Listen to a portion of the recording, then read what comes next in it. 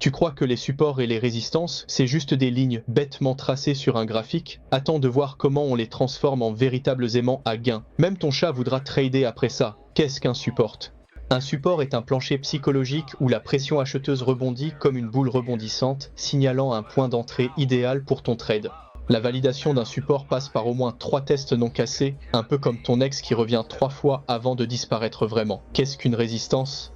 A l'inverse, une résistance joue le rôle de plafond, la pression vendeuse repousse le cours comme un bouclier anti-hype qui stoppe les impulsions haussières.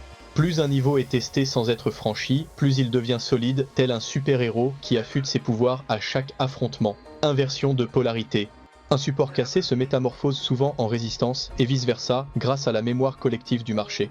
C'est la psychologie des foules qui fait que les anciens acheteurs sur un support deviennent des vendeurs potentiels au retest. 3. Zoom sur les méthodes classiques. 3.1. Ligne horizontale et oblique. Pour tracer un niveau, relie 2 creux pour un support ou 2 sommets pour une résistance et attends un 3e contact. Les lignes de tendance oblique, quant à elles, capturent les mouvements directionnels comme une scène de film d'action scénarisé. Pointe pivot. Les points pivots offrent 3 niveaux de support S1, S2 et de résistance, R1, R2 comme un GPS trading. Ces niveaux standardisés sont reconnus par la majorité des traders, un peu comme les étoiles filantes universelles du marché. Niveau psychologique, les nombres ronds, 100, 1000, 10 000 attirent les ordres comme le dernier épisode d'une série à succès. Ce biais cognitif d'ancrage crée des zones où les investisseurs positionnent instinctivement leurs ordres en masse. 3.4 Retracement de Fibonacci. Les ratios 23,6%, 38,2%, 50% et 61,8% servent de repères pour anticiper les rebonds, comme si le marché suivait un scénario hollywoodien. Ces niveaux statiques ne sont simples à tracer et souvent respectés grâce à la force mystérieuse de la suite de Fibonacci. 4. Stratégie de trading avancé, trading de range. Dans un marché horizontal, on achète proche du support et on vend près de la résistance, à la manière d'un manège inoffensif. La clé, c'est la patience. Entrer sur les bords du canal et sortir avant la prochaine cassure, sinon ça tourne vite au grand 8 émotionnel. Stratégie de cassure, breakout. Un breakout confirmé par un pic de volume signale souvent le début d'un mouvement fort, comme le coup d'envoi d'un match de rugby. La validation nécessite une clôture au-delà du niveau et idéalement un retest du point cassé devenu support ou résistance, pullback et throwback. Après une cassure, le pullback, retour vers un ancien support, et le throwback, retour vers une résistance devenue support, offre des entrées à risque contrôlé.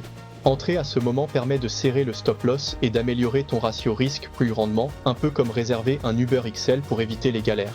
Automatisation et détection avec SciPy FinPix. L'algorithme FinPix identifie les extrémas locaux selon la proéminence et la distance minimale, éliminant le biais humain. Grâce à cette méthode, tu peux scanner des milliers de bougies en une fraction de seconde comme un Superman des données, Clustering K-Means.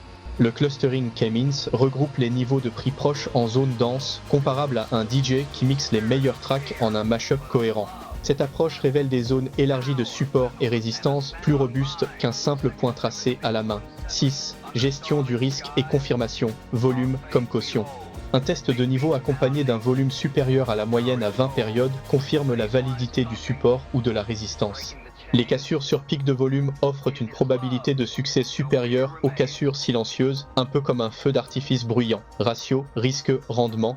Pour rester rentable, vise un ratio minimal de 1.2 en plaçant ton stop loss 1-2% sous le support et ton take profit à la résistance suivante. Avec cette discipline, tu peux garder une espérance de gain positive même si tu réussis moins de la moitié de tes trades. Le screener S&P 500. La newsletter propose un screener en temps réel qui analyse les 500 actions de l'indice pour détecter celles les plus proches des zones critiques.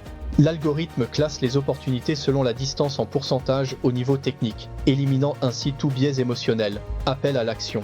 Si tu veux plonger dans les backtests exclusifs, bénéficier du code prêt à l'emploi et dompter les marchés comme un pro, abonne-toi dès maintenant à la newsletter Algo and Backtest via le lien ci-dessous.